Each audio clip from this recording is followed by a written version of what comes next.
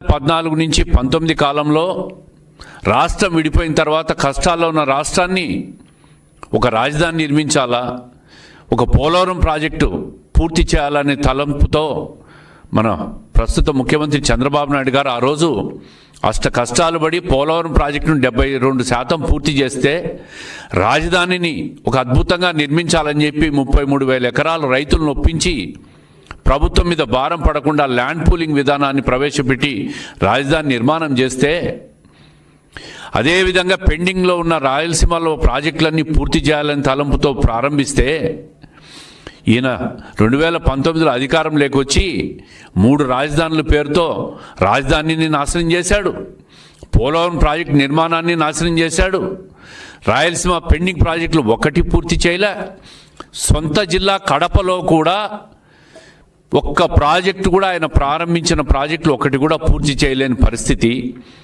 మీ సొంత నియోజకవర్గం పులివెందల పట్టణంలో ఇప్పటికీ కూడా మాకు రోడ్డు లేదు మహాప్రభు అని ప్రజలు రోడ్డు మీదకి వచ్చి మొత్తుకుంటున్న పరిస్థితి ఈరోజు మనం చూస్తూ ఉంటాం.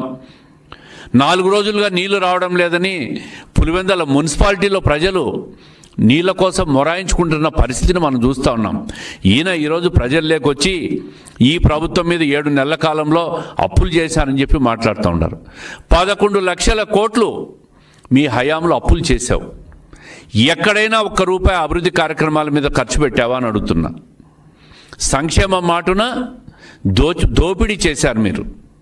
అప్పులన్నీ చేసి రాష్ట్రాన్ని ఈరోజు ఆర్థికంగా అధమ పాతాళానికి తీసుకుపోయినారు.